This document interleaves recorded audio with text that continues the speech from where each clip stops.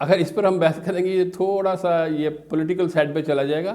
نہیں سر، political issues کو تو نہیں، وہ صرف میں اتنا کہنا چاہ رہی ہوں کہ ہم کہتے ہیں کہ ہومیوپیتھک بہتری کی طرف جائے. ہم کسی بھی وید سے بات کریں گے وہ کہیں گے کہ ہماری، اور ڈیفینیٹلی ان کی کوشش بھی ہوگی کہ اس کو بہتر بنایا جائے، لیکن ایک یہ چیز تو سمجھنے والی ہے نا کہ اس کو بہتر بنانے کے لیے خود کو بہتر تو پہلے کرنا پڑے گا نا. جی ڈاکٹر، اس میں یہ ہے کہ کرتے ہیں کوشش. جب بھی ہوتی ہے 1-2 اسٹرائکس ہوئیں یا اپنے کچھ مطالبات منوانے کے لیے، جیسے کہ پنجاب ہیلتھ کیئر کمیشن کا بل آیا تھا، ہم نے تمام آرگنائزیشن نے مل کر وہاں پر اسٹرائک کی. کچھ انڈیویجول فیلز ہوتے ہیں، کچھ بڑی پرسنالٹیز ہیں، وہ کلیش کر جاتی ہیں بعض دفعہ، اس میں کوئی شک نہیں ہے، آپ بالکل صحیح کہہ رہی ہیں. اگر وہ سارا کچھ ٹھیک ہو جائے پھر تو میں سمجھتا ہوں کہ شاید ہمیں اتنی بڑی پرابلم فیس ہی نہ کرنا پڑنی پڑے. لیکن وہ کر رہے ہیں ہم آہستہ آہستہ، جسے کہتے ہیں کہ تھوڑا جوڑتا، تاکہ اپنی پرسنلز کو کلیشز کو ذرا پرے رکھ کر ہومیوپیتھی کے فلاح کے لیے آگے آئیں تو ہمیں بہت اچھی ترقی مل سکتی ہے، بہت اچھی. ابھی کچھ عرصہ پہلے تک تو ہماری بہت اچھی پوسٹ تھی ہمارے ڈاکٹر جمیل غوری صاحب کی، وہ ڈائریکٹر تک گئے، لیکن ان کی ریٹائرمنٹ کے بعد ایک سلمپ آ گیا. اب وہ یہ جو بات آپ نے ابھی کہی کہ سب یہ مل کر اکٹھے ہو گئے کہ آپ اس سیٹ کو اپنی بحال کرا کے اور آگے لے کے جائیں تو ہمیں بہت اچھی پذیرائی مل سکتی ہیں. تو انشاءاللہ کوششیں کر رہے ہیں اور اللہ میاں اس میں ہمیں کامیابی دے گا، انشاءاللہ ضرور دے گا. سر غصہ کس بات پہ آتا ہے؟ دیکھیں جی، یہ ایک نیچرل فینومینا ہے. غصہ عموماً اس بات پہ آتا ہے کہ اگر آپ نے کوئی بات کسی کو کہی ہے تو ایک مانتا نہیں، اور اوپر سے غلط آرگو، نہ ماننے کی حد تک میں کبھی غصہ نہیں کرتا. وہ اس لیے کہ میں ایک اپنے پیشنٹس کو بھی ایک مثال دیا کرتا ہوں کہ ضروری نہیں کہ جب آپ نے اپنے بیٹے کو آواز دی ہے تو سب کچھ چھوڑ کے بھاگا آپ کے پاس آ جائے. ہو سکتا ہے وہ کوئی اپنے آج کل جو کمپیوٹر کا IT کا دور ہے، کوئی ٹیسٹ دے رہا ہے یا کوئی کسی میں، اور وہ 5 منٹ بعد آ جائے تو اس میں نہیں. لیکن آ کے غلط آرگو کرنا یا بات اس حوالے سے نہیں ماننا، اس پہ کبھی کبھار تھوڑا سا غصہ آ جاتا ہے. ادروائز میں نے آپ کو پہلے بتایا کہ شاید میرے کوئی فیس ایکسپریشن ایسے کیوں ہیں میں نہیں سمجھ سکتا، لیکن کبھی مجھے اتنا زیادہ غصہ آتا نہیں ویسے. اچھا سر، یہاں آپ کے انٹروڈکشن میں ایک چیز میں نے جو نوٹ کی ہے 3AA، یہ اس کا کیا؟ جی 3A ہومیو فارمیسی میری ہومیوپیتھک فارمیسی کا نام ہے. جی 3A ایبریویشن ہے. میرے 2 بھائی اور ہیں، میں ڈاکٹر اظہر، ڈاکٹر اشر اور ڈاکٹر اطہر. تو ان کے جو ایج کی ایبریویشن ہے 3A ہومیو فارمیسی. یہ جب میں سیکنڈ ایئر میں تھا 82 میں، تو اس سے پہلے ہمارا جو فارمیسی کا کام تھا وہ ایلوپیتھک اور ہربل میں تھا. تو 82 میں نے اس کو اپنی ہومیوپیتھی میں کنورٹ کیا اور اس کو ہم نے سٹارٹ کیا، ہومیوپیتھک میڈیسن بنائی.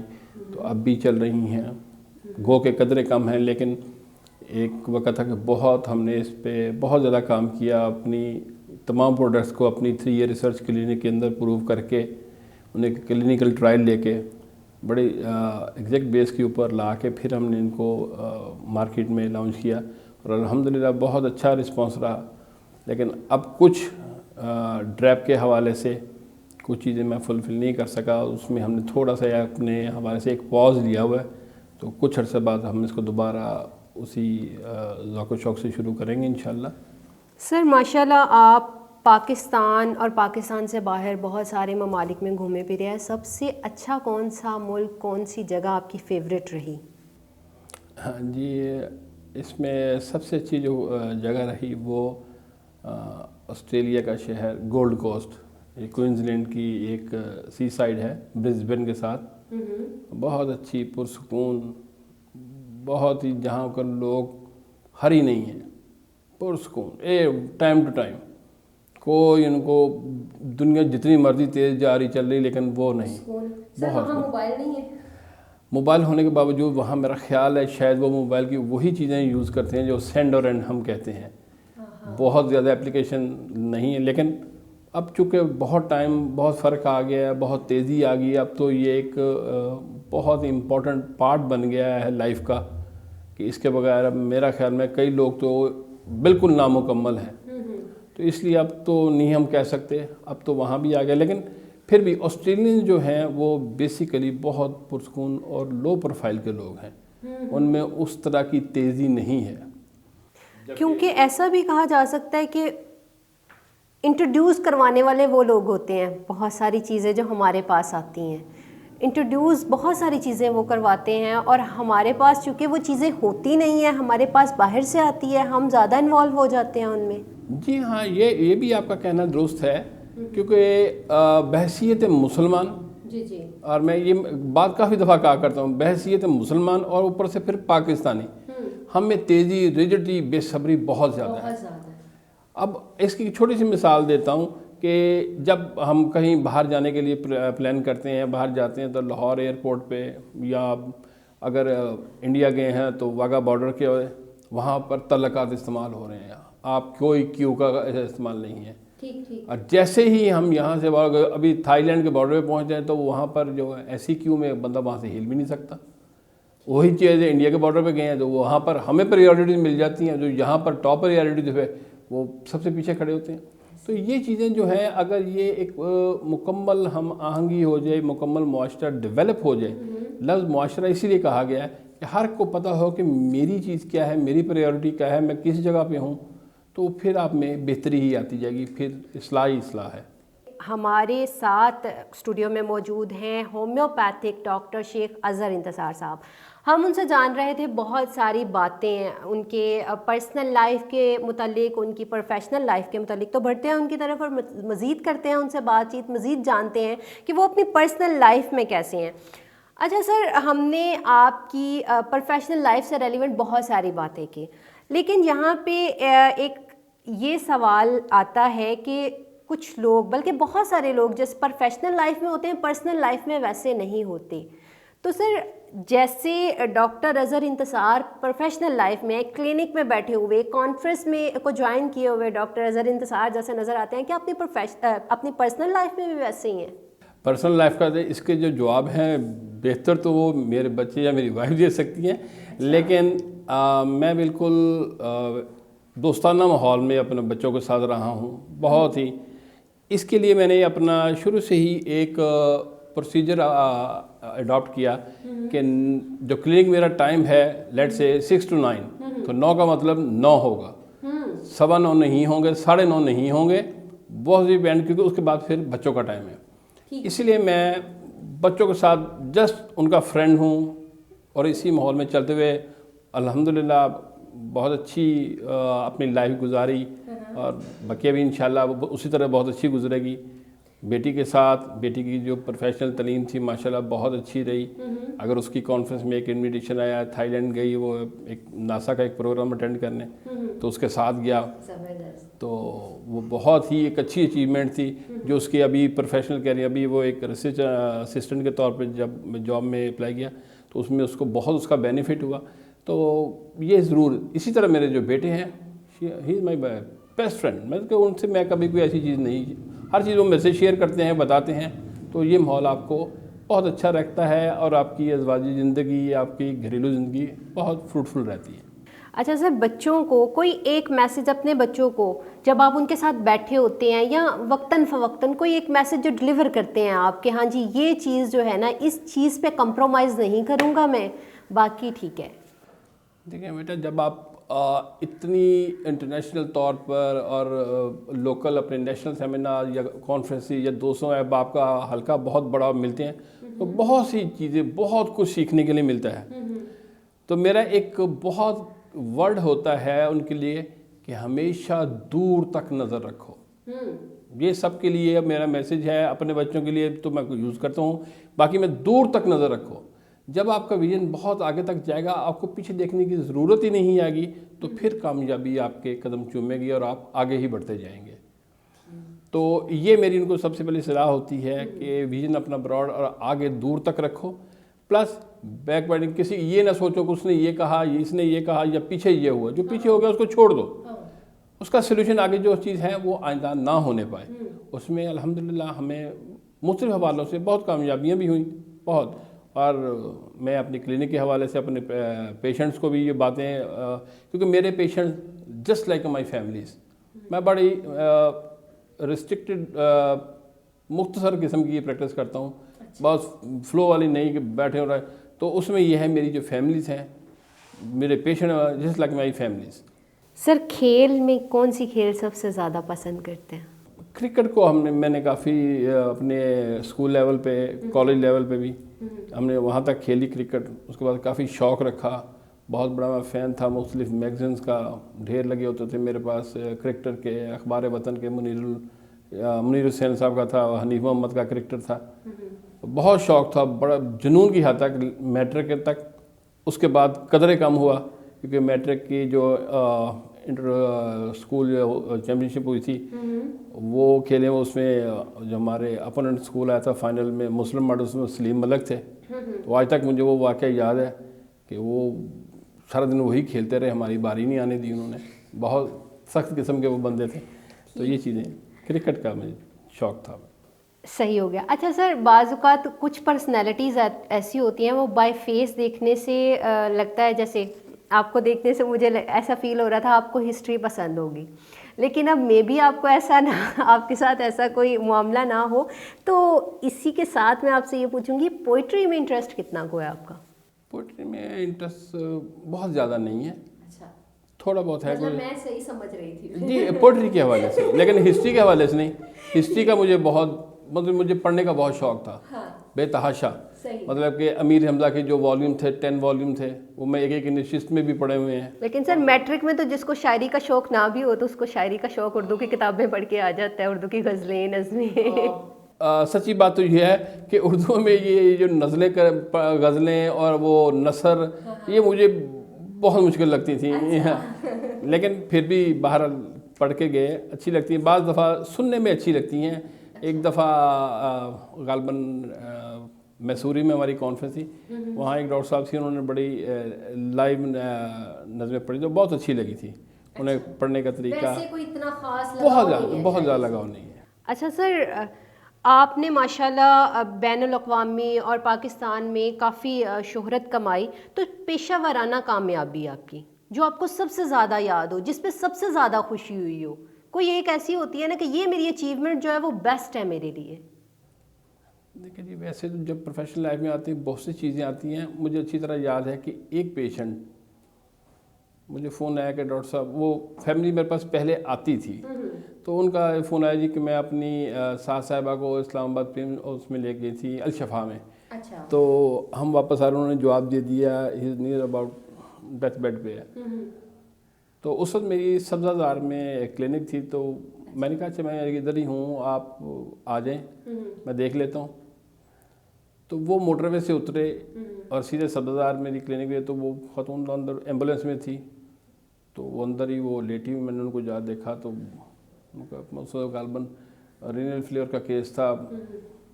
میں نے کہا اچھا جی اللہ کا نام لے کے شروع کرتے ہیں, کیونکہ ایک دو چیزیں جیسے میں اتنی اندر بالکل یخ کیا ہوا تھا, انہوں نے اے سی چل کیا ہوا تھا تاکہ ان کو کسی قسم کا مسئلہ نہ ہو. جب ان کو ہاتھ لگا, اب ایک ذہن میں رکھیں کہ جب ایک ڈاکٹر ایک پیشنٹ کی نبض پکڑتا ہے, بعض دفعہ پیشنٹ کی فیلنگ کہ یہ ان ایون ہینڈ ہے, یہ کیسے دیکھیں اس کے اندر کی جو اس کی سائیکالوجی ہے, اس کی ایک آنکھیں کھلی اور وہ کہہ رہی ہے کہ سارے ہستے اس نے آنکھیں نہیں کھولی, یہ بالکل چھوٹ دیا. دوسرا ان کو جب مطلب کہ وہ ٹچ سے ہی اتنی سینٹی ہوئی. تو یہ ہمارا پہلا پیکولر سمٹم تھا جو اس کو میں نے نوٹ کیا, پلس ان کی میڈیسن تھی. اور الحمدللہ یہ روزے سے ایک دن پہلے کی بات ہے, کوئی 1 یا 2 دن بعد رمضان شروع ہونا تھا. تو اس کے بعد مجھے آج بھی یاد ہے کہ وہ عید کی خریداری خاتون خود کر کی ہیں, اور ماشاءاللہ آج تک حیات ہیں, آج تک حیات ہیں. تو ان کا وہ سارا یہ چیزیں ہیں. بعض دفعہ یہ میرے خیال یہ چیزیں بہت یاد رہتی ہیں کہ ایک بندہ جس کو ڈیتھ بیڈ پہ آپ ایمبولینس کے اندر جا کے دیکھتے ہو, اور الحمدللہ آج وہ بھی کامیاب ہے اور چل رہا ہے, تو مجھے خوشی ہوتی ہے. اچھا سر, AHML اس کا موٹیو بتائیں کیا ہے, کیسے ڈفرینشیٹ کرتے ہیں آپ اس کو ادر پارٹیز سے؟ دیکھیں جی, سب سے بڑی اس کی ادر پارٹیز جو ہیں وہ ہماری تمام لوکل بیس ہیں, نیشنل لیول پہ ہیں. یہ ہماری آرگنائزیشن انٹرنیشنل لیگ ہے, انٹرنیشنل اس حوالے سے کہ اس کا جو ہیڈ آفس ہے وہ انڈیا میں ہے, اور اس میں اس وقت 34 کنٹریز اس کی ممبر کنٹریز ہیں. تو اس وقت اس کا مورال جو ہے ورکنگ اس کی بہت ہی ٹاپ روف پہ جا رہی ہے.